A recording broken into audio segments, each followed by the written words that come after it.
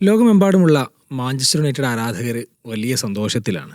സന്തോഷത്തിലെന്ന് പറയുമ്പോൾ കാരണം അവരുടെ ഏറ്റവും വലിയ എതിരാളികളായിട്ടുള്ള നഗരവരികൾ എന്ന് പറയുന്ന സിറ്റിയെ എന്താ പറയുക ഡെമോളിഷ് ചെയ്ത് കളഞ്ഞൊരു മത്സരമാണ് കടന്നു പോകുന്നത്. അവർക്കിന് മുന്നിൽ ഇനിയുള്ളതും നിർണായകമായ മത്സരമാണ്. അതും ഒരു ബദ്ധവരികളായിട്ടുള്ള ഗണ്ണേഴ്സുമായിട്ടാണ്. പക്ഷേ ഇപ്പോൾ സിറ്റിയോട് പോയ സീസണിലും പമോറിമിൻ്റെ കാലത്ത് തന്നെ യുണൈറ്റഡ് ജയിച്ചിട്ടുണ്ട്. പക്ഷേ അതിനേക്കാളൊക്കെ ആൾക്കാർക്ക് സന്തോഷം നൽകുന്നത് ഒരു വളരെ ഡോമിനൻ്റ് ആയിട്ടുള്ളൊരു കളി കളിച്ചിട്ടാണ് ഈ കാരിക്കിൻ്റെ യുണൈറ്റഡ് സിറ്റിക്കെതിരെ വിജയിച്ചതെന്നാണ്. അപ്പം യുണൈറ്റഡിനെ കുറിച്ച് കുറച്ച് സംസാരിക്കാമെന്നാണ് കരുതുന്നത്. നിതീഷ് ഭായി, നമ്മൾ ഈ യുണൈറ്റഡിനെ കുറിച്ച് പറയുമ്പോൾ ഒരു നെക്സ്റ്റ് ട്രാൻസിഷനാണ് യുണൈറ്റഡിൽ എന്നും ട്രാൻസിഷനാണ് എന്ന് പറയാം. പോലെ റൂബൻ അമോറിം എന്ന് പറയുന്ന ഒരു കൊച്ചു പോയി. കാരിക്ക് എന്ന് പറയുന്ന യുണൈറ്റഡിൻ്റെ സോൾ അറിയുന്ന, യുണൈറ്റഡിൻ്റെ സുവർണ്ണകാലം കണ്ടിട്ടുള്ള, യുണൈറ്റഡിൻ്റെ ഒരു DNA ആയിട്ടുള്ള കാരിക്ക് എന്ന് പറയുന്ന കൊച്ച് എത്തിയിട്ടുണ്ട്. ഇപ്പോൾ ഈ അമോറിമിൻ്റെ കാലത്ത് എന്തായിരുന്നു പ്രശ്നം, അല്ലെങ്കിൽ ആ പ്രശ്നങ്ങൾ ഏതൊക്കെ രീതിയിൽ കാരിക്ക് പരിഹരിക്കുമെന്നാണ് വിചാരിക്കുന്നത്? എങ്ങനെയാണ്? അമോറിമിൻ്റെ കാലത്തും കൺസിസ്റ്റൻ്റ് ആയിട്ടൊരു റണ്ണ് എടുക്കാൻ യുണൈറ്റഡിന് പറ്റിയിട്ടില്ല, ഒരു വിന്നിങ് റണ്ണ്. ബിഗ് ടീംസിനെതിരെ റിസൾട്ട് ഉണ്ടാക്കിയിട്ടുണ്ട് എന്നല്ലാതെ ഓൾഡ് ട്രാഫോർഡിൽ നിന്ന് ഹോം മാച്ച് ഏതൊരു കോച്ച് വന്നാലും ഹോം മാച്ചസിൽ ഡോമിനേറ്റ് ചെയ്യാൻ പറ്റണം. ഡോമിനേറ്റ് ചെയ്ത് ജയിച്ചില്ലെങ്കിലും ഡ്രോ എങ്കിലും വേണം. ഹോം മാച്ചസിൽ ചെറിയ ടീമിനോടൊക്കെ തോക്കുമ്പം അത് ഫാൻസിനെയും ബാധിക്കും. പ്ലേയേഴ്സിലും ആ ഒരു ലാക്ക് ഓഫ് ഡിസിസീവ്നെസ് കയറി. ഈ കോച്ച് തന്നെയാണോ നമുക്ക് ലോങ് ടേമിൽ സക്സസ് തരാൻ പോകുന്ന ആൾ? ആ ഒരു സ്റ്റേറ്റ്മെൻറ്റ് വിക്ടറീസ് ഒന്നും കൊണ്ടുവരാൻ അമോറിമിന് പറ്റിയില്ല. എവേ ബോയ് ജയിച്ച് വന്നിട്ടുണ്ട് ആൻഫീൽഡിലും സിറ്റിയുടെ എത്തിഹാഡിലൊക്കെ. പക്ഷേ ഹോമിൽ അങ്ങനത്തെ ഒരു സാധനം കൊണ്ടുവരാൻ അമോറിമിന് പറ്റിയിട്ടില്ല. അത് മാത്രമല്ല, അക്കാദമിയിലുള്ള ടാലൻസിനെയും കോബി മൈനുവിനെയൊന്നും ശരിക്കും യൂട്ടിലൈസ് ചെയ്യാനൊന്നും അമോറിമിന് പറ്റിയിട്ടില്ല. അമോറിമിൻ്റെ ഈ സിസ്റ്റത്തെ കുറിച്ച് എന്താ അഭിപ്രായം? 3 ഡിഫൻസ് നിന്നിട്ടുള്ളൊരു കളിയായിരുന്നു അദ്ദേഹത്തിന്. അത് കുറച്ച് സ്റ്റബേൺ ആണ്. ഈ പറഞ്ഞ പോലെ വലിയ ടീമിനെതിരെ ആർസണൽ ഈ സീസൺ ആദ്യത്തെ കളി ഓൾഡ് ട്രാഫോർഡ് ആയിരുന്നു. അതിൽ ആർസണലിനെ ഡോമിനേറ്റ് ചെയ്തിട്ടുണ്ടായി. ആർസണൽ സാധാരണ പൊസിഷൻ വെച്ച് കളിക്കാൻ നോക്കിയിട്ട് പറ്റിയില്ല. ടാക്ടിക്കലി അത് എമോറിമിൻ്റെ വിക്ടറി തന്നെയായിരുന്നു. മെയ്സൺ മൗണ്ടും എംബുമയും മത്യാസ് കുഞ്ഞും ഒക്കെ ബാക്ക് ടു ബാക്ക് ഷോട്ട്സ് ആയിരുന്നു. ക്ലിയർ കട്ട് ചാൻസ് അത്ര ഇല്ലെങ്കിലും എന്തായാലും ആർസണലിനെ ഡോമിനേറ്റ് ചെയ്തു. അത് ആ ഒരു കഴിവൊക്കെ ഉള്ള ഒരു ടീമും മാനേജറും അതെന്തുകൊണ്ട് ലോങ് ടേമിലേക്ക് എക്സ്ട്രാ പൊളേറ്റ് ചെയ്യാൻ പറ്റുന്നില്ല എന്നുള്ളത് സംശയം തന്നെയാണ്. അപ്പോൾ എവിടെയൊക്കെയോ വീക്ക് പോയിന്റ്സ് ഉണ്ട്. ആ വീക്ക് പോയിന്റ്സ് കണ്ടുപിടിച്ച് അഡ്രസ്സ് ചെയ്യാൻ പറ്റിയിട്ടില്ല. അതിൽ നമ്മൾ ഈ കാരിക്കിലേക്ക് വരുമ്പോൾ അമോറിമിൻ്റെ കാലത്ത് ബ്രൂണോ ഒരു സ്ഥിരം പൊസിഷനിലല്ല കളിച്ചതെന്ന് പറയാറുണ്ട്. കുറച്ച് ഡിഫെൻസീവിലായിരുന്നു കളിച്ചിട്ടുണ്ടായിരുന്നത്. കോബി മൈനുവിനെ പല മത്സരങ്ങളും ഉണ്ടാവാറില്ലായിരുന്നു. അങ്ങനെ വലിയ മാറ്റം വരുന്നുണ്ട്. അപ്പോൾ ഡിഫൻസിൽ പല പേരുകളും ആദ്യ മത്സരത്തിൽ കാരിക്കിൻ്റെ ഇല്ല. ഒരു വെറ്ററൻ താരങ്ങളിലൊക്കെയാണ് കാരിക്ക് വിശ്വാസം അർപ്പിക്കുന്നത്. എന്തായിരുന്നു അമോറിമിൻ്റെ ഒരു പ്രശ്നവും കാരിക്കിൻ്റെ ഒരു പോസിറ്റീവായിട്ട് തോന്നുന്നത് എന്താണ്? കാരിക്കിൻ്റെ ഒരു മത്സരമായിട്ടുള്ള എന്നാലും നോക്കുമ്പോൾ എന്താണ് തോന്നുന്നത്?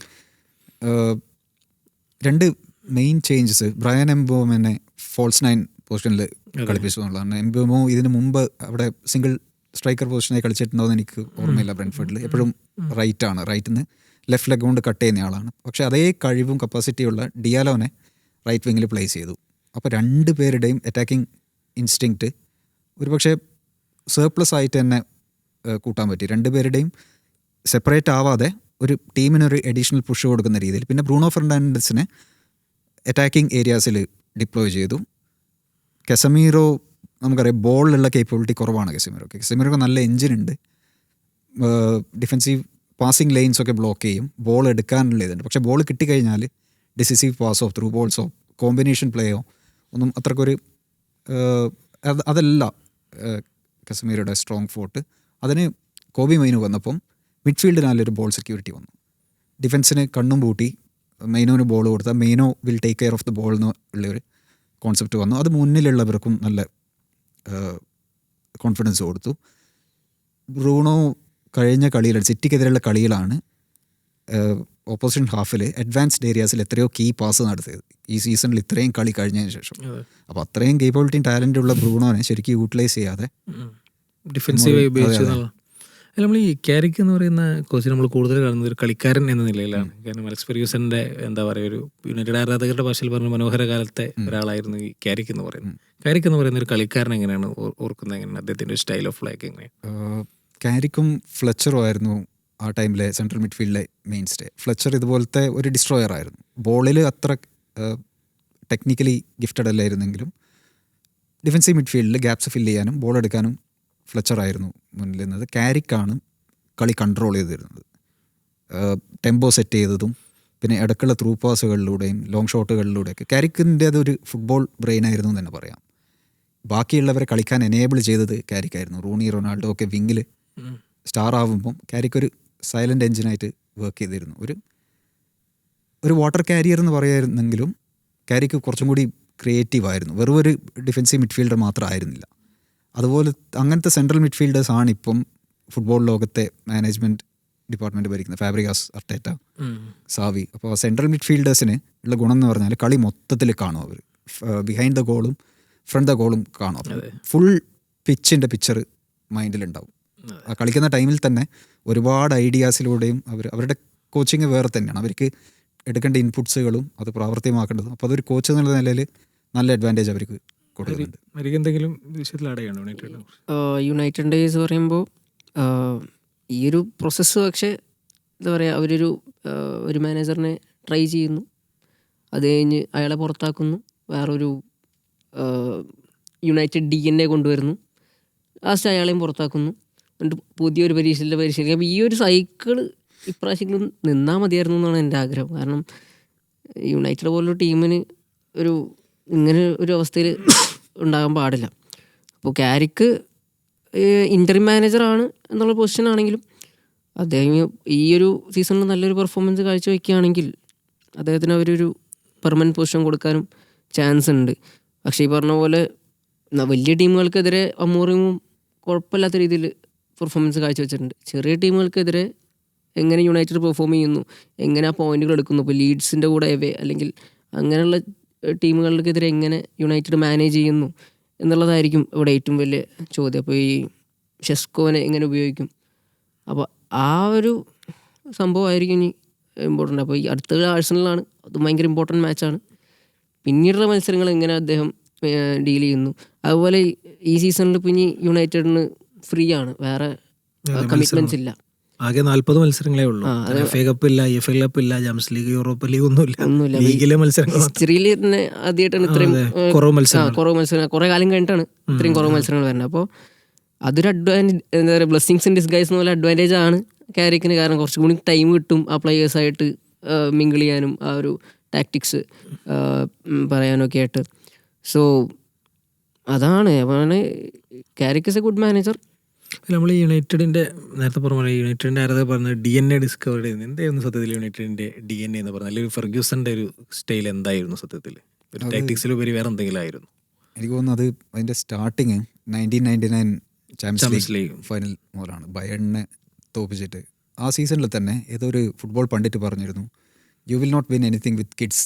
അത് ഭയങ്കര ഹിറ്റായ ഡയലോഗായിരുന്നു. പിന്നെ ആ സീസണിൽ തന്നെ കിഡ്സിനെ വെച്ച് കപ്പടിച്ച് കാണിച്ചു. ആ കിഡ്സാണ് പിന്നെ ഒരു ഡെക്കേഡോളം യുണൈറ്റഡ് DNA അല്ലെങ്കിൽ നട്ടെല്ലായിട്ട് നിലനിന്നത്. David Beckham, Ryan Giggs, Gary Neville, Nicky Butt, Paul Scholes, Roy Keane, Gary Neville, അത്രയും ആ ഒരു കോർ എപ്പോഴും ഉണ്ടായിരുന്നു യുണൈറ്റഡിന്. ബാക്കിയുള്ളവർ വന്നു പോയെങ്കിലും അവർക്ക് യുണൈറ്റഡ് ബോൺ ആൻഡ് ബ്രെഡാണ്, അക്കാദമി ഗൈസാണ്. അപ്പോൾ ഈ യുണൈറ്റഡ് എന്നുള്ളത് best club in the world എന്നാണല്ലോ ഫാൻസും അവരും തന്നെ വിശ്വസിക്കുന്നത്.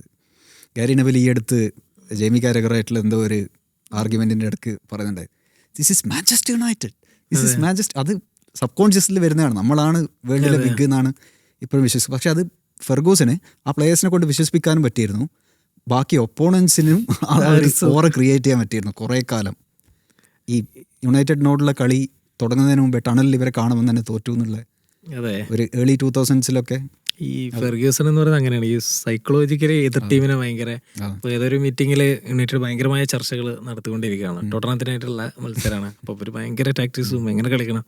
ഫെർഗ്യൂസൺ ആ റൂമിൽ എന്നിട്ട് പറയണം ഇറ്റ് ഈസ് ജസ്റ്റ് ടോട്ടനാം.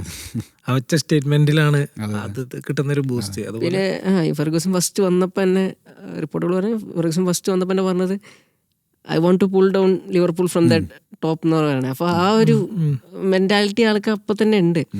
പിന്നെ റിപ്പോർട്ടുകൾ അനുസരിച്ച് ഇപ്പോൾ ഈ ക്യാരിക്കിനെ അപ്പോയിന്റ് ചെയ്യുന്നതിൽ വരെ ഡിസൈസീവ് ഡിസിഷൻ പറഞ്ഞത് അലക്സ് ഫെർഗ്യൂസനാണ്. അപ്പോൾ അത്രയും ഇമ്പാക്റ്റ് ഇപ്പോഴും ഈ ഏജിലും അദ്ദേഹത്തിന് ആ ഒരു ടീമിലുണ്ടെന്ന്. അപ്പോൾ ആ ഒരു ഇമ്പാക്റ്റാണ് ക്രിയേറ്റ് ചെയ്തത്. പിന്നെ ഈ പറഞ്ഞ പോലെ ആ കിഡ്സ് ഉണ്ടല്ലോ, ആ kids they all came from academy. അമോറിമിൻ്റെ ഭാഗത്ത് വന്നൊരു തെറ്റ് എന്ന് പറയുന്നത് അക്കാഡമിയിലെ പ്ലേയേഴ്സിനെ കൃത്യമായി യൂസ് ചെയ്തില്ല എന്നുള്ളതാണ്. ഈ സാക്കിങ്ങിലേക്ക് നയിച്ചിലൊരു കാരണം അതാണ്. ക്ലബ്ബ് പലതവണ പറഞ്ഞതാണ് അക്കാഡമി താരങ്ങൾ വളർത്തണം, പക്ഷെ അമോറിം ഒരിക്കലും അതിന് വില്ലിങ് ആയിരുന്നില്ല എന്നുള്ളതാണ്. യുണൈറ്റഡിന് മാത്രമുള്ള എന്തോ ഒരു റെക്കോർഡും ഉണ്ട്, എത്രയോ ഡെക്കേഡ്സോ സെഞ്ചുറിയോ എന്ന് എനിക്കറിയില്ല, മാഞ്ചസ്റ്റർ യുണൈറ്റഡിന്റെ ടീം സ്ക്വാഡിൽ ഒരു അക്കാദമി പ്ലെയർ എങ്കിലും ഉണ്ടാവും. അത് ഇപ്പടുത്ത് മൈനോടിയും കയറി ഇല്ലാതായതോടെ പോയി. ഈ അമോറിം ആക്ച്വലി അക്കാഡമി മാച്ചസ് കാണാൻ പോലും പോവാറില്ല എന്നുള്ളൊരു പറയലുണ്ട്. അപ്പോൾ കാരിക്ക് വന്നു ഫസ്റ്റ് മാച്ച് തന്നെ കോബി മൈനോനെ പിടിച്ചങ്ങോട്ട് ഇട്ടു. സോ അത് വലിയൊരു ഡ്രാസ്റ്റിക് ചേഞ്ച് ആണ്. അപ്പോൾ തൊട്ടടുത്ത കളി അക്കാദമി മാച്ചും കാണാൻ പോയി, അണ്ടർ 21 കളി കാണാൻ പോയി. അപ്പൊ അത് വലിയ ഇമ്പോർട്ടൻ്റ് ആയിരിക്കും. ഇപ്പോൾ ഈ എങ്ങനെയാണ് ഫെർഗൂസൺ വേ ഉണ്ടല്ലോ, അത് കാരിക്ക് നന്നായിട്ട് മനസ്സിലാവും. ഇപ്പോൾ ഒലയായിരുന്നല്ലോ അങ്ങനെ തന്നെയാണ് ചെയ്തിരുന്നത്. അപ്പോൾ സോ അക്കാഡമി പ്ലേയേഴ്സിനെ നല്ല രീതിയിൽ ഉപയോഗിക്കാൻ സാധിക്കുമായിരിക്കും. അത് ശരി തന്നെയാണ്. കാരണം ഓരോ മാനേജർ ഇപ്പോൾ ഈ എറിക് ടെൻ ഹാഗ് ഒരു ഡച്ച് എന്താ പറയുക ഇമ്പോർട്ടായിരുന്നു, അല്ലെങ്കിൽ എക്സ്പോർട്ട് ഇമ്പോർട്ടായിരുന്നു യുണൈറ്റഡ് നടപ്പാക്കിയത്. അദ്ദേഹത്തിന് അയാക്സിലെ ഫുൾ താരങ്ങൾ പിന്നീട് യുണൈറ്റഡിലെത്തി. അതിൽ നമ്മൾ ഈ പോസ്റ്റ് ഫെർഗൂസനെ കുറിച്ച് പറയുമ്പോൾ ഒരുപാട് മാനേജർമാർ വന്നു. അതിൽ വലിയ പേരുകൾ ഇപ്പോൾ ഹൊസെ മൗറിഞ്ഞോ ഉണ്ട്, ഡേവിഡ് മോയസ് ഉണ്ട്, അങ്ങനെ വർത്തമാനകാല ഫുട്ബോളിലെ ഏതാണ്ട് എല്ലാ മാനേജർമാരും യുണൈറ്റഡിൽ എത്തിയിട്ടുണ്ട്. കുറേ പുതുക്കക്കാരും വന്നു പോയി. അമോറിം ടെൻ ഹാഗ് എന്നൊക്കെ പറയുന്നത് അയാക്സ് അല്ലെങ്കിൽ സ്പോർട്ടിംഗ് എന്ന് പറയുന്ന എക്സ്പീരിയൻസ് മാത്രമേ ഉള്ളൂ. ഈ പോസ്റ്റ് അമോറിം ഒരു മാനേജർമാർക്ക് സംഭവിച്ചത് എന്താണ്, അല്ലെങ്കിൽ അവരുടെ ഒരു തെറ്റ് എവിടെയാണ്, പറ്റുന്നത് എവിടെയാണ്?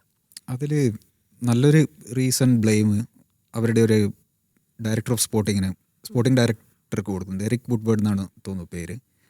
പുള്ളി ചെയ്തത് കോച്ചുമാരെയും കൊണ്ടുവരും, പിന്നെ റിക്രൂട്ട്മെൻറ്റ് ഡിസിഷൻസ് കുറച്ചൊരു പാളിച്ചായിരുന്നു. അവരങ്ങനെ ഡേറ്റയിലൊന്നും ഓറിയൻറ്റഡ് അല്ലാതെ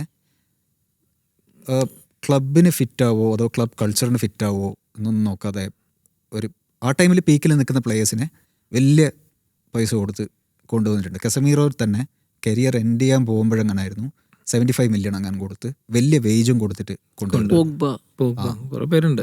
പോഗ്ബ, ഏഞ്ചൽ ഡിമേരിയൊക്കെ വന്നിട്ടുണ്ട് ഇടക്കാലത്ത്, ഒരുപാട് പേര് വന്നിട്ടുണ്ട്. അപ്പോൾ ഈ വലിയ വേജസ് കൊടുത്ത് ഇവരെ കൊണ്ടുവരുമ്പോഴുള്ള പ്രശ്നം എന്ന് പറഞ്ഞാൽ ഇവർ ഡിപ്പായാൽ മൂവ് ചെയ്യാൻ ബുദ്ധിമുട്ടും. സ്ക്വാഡ് സൈസ് ലിമിറ്റൊക്കെ ഉള്ളതുകൊണ്ട് ഇവർ മൂവ് ചെയ്യാതെ പിന്നെ അടുത്ത പുതിയ പ്ലേയേഴ്സിനെ കൊണ്ടുവരാൻ പറ്റില്ല. അങ്ങനെ ഡെഡ് വുഡായി ഇങ്ങനെ കിടക്കുമ്പം ടീമിനും ഗുണമില്ല, പുതിയ ആൾക്കാരെ കൊണ്ടുവരാനും പറ്റുന്നില്ല. അവരെ ഒരു ഇടയ്ക്കൽ ഒരു റയലാവാൻ ശ്രമിച്ചാന്ന് തോന്നുന്നു. ഒരുപാട് താരങ്ങളെയൊക്കെ എത്തിച്ച് റൊണാൾഡോനെയൊക്കെ വീണ്ടും കൊണ്ടുവരുന്നതൊക്കെ കണ്ടല്ലോ. ഈ ഫെർഗൂസൺ തന്നെ ലാസ്റ്റ് കപ്പടിച്ചിട്ടാണല്ലോ പോയത്. പക്ഷെ അതിൻ്റെ ഇടയിൽ സിറ്റിയുടെ ഒരു ഡോമിനൻസും വേറൊരു പവേഴ്സ് വന്ന് തുടങ്ങി എന്നുള്ള ചിലപ്പോൾ ദഹിക്കാൻ കുറച്ച് ടൈം എടുത്തിട്ടുണ്ടാവും.